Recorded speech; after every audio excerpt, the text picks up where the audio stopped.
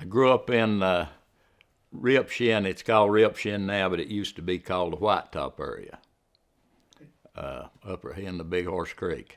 Tell me about your family farm or house and family. Well, we had about 35 acres hillside. My dad, he just farmed and farmed for other people and sharecropped for other people and so on like that.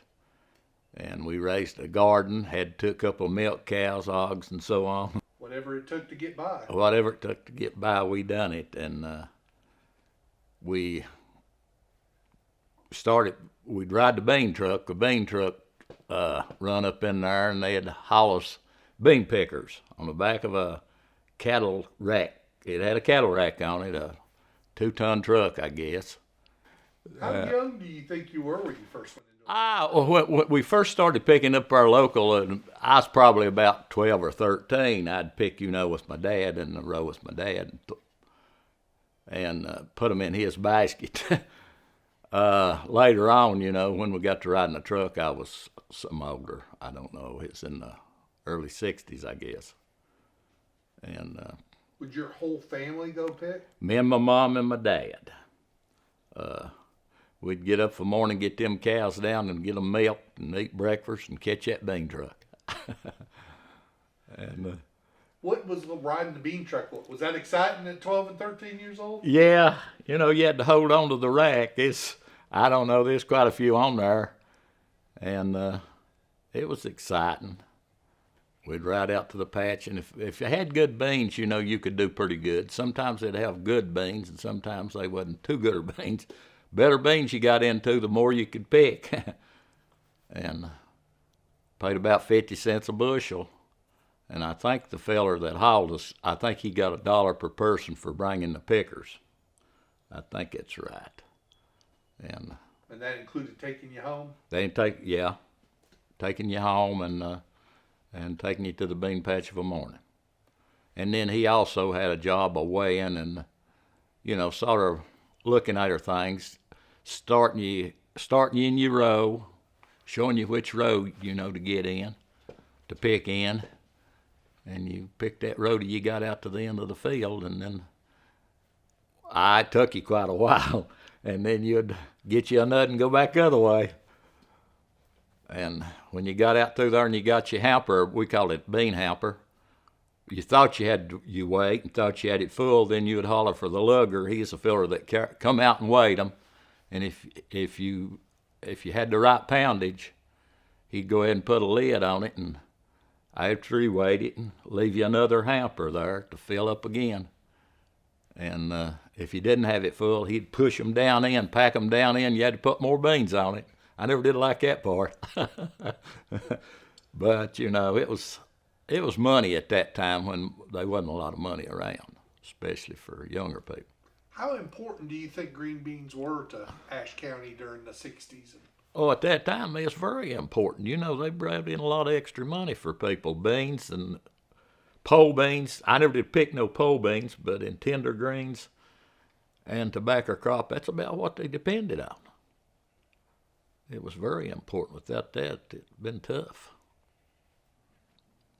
Any stories do you remember riding on the truck or anything? Or we took an old Chevrolet pickup there and took a load of beans up there one time. Same feller, my friend's dad, and we was on the back, and we got up there, and somebody had moved the truck while we was up there, and we got back in the truck, and they had blown the brake line out on it. We didn't have no brakes. We come down Radio Hill, and of course it had probably about a 49 or a 50 GMC. Had a 4-speed in it. You could gear it down real slow, and had a good Mertis brake. And we rode plumb down there to Devil Stairs. I remember running down to Devil Stairs, and his dad got out and said, "We don't have no brakes." And I don't remember what we did from there, but we didn't know it. But he drove it down that far, and we didn't have no brakes. The brake line had blowed out on it going back home.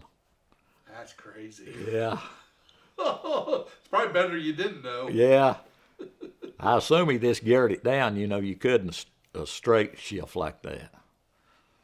Probably got fixed there in Warrensville or something. Best I remember, or he got under it and closed the line off. Anyway, we went out and got it fixed, or Best I remember, we went on home in it. So I guess he did some, we was playing the bean fighting all the time. Didn't even realize it. No.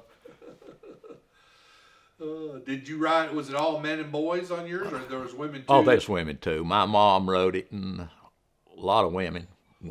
There's one woman. My mom could pick about 12 bushel in good beans a day, which was pretty good. And there's a woman named Elsie Richardson up there, lived on the East Swindling Ridge, and she could pick 14 or 15 bushel a day. Man, she could pick them tender grains.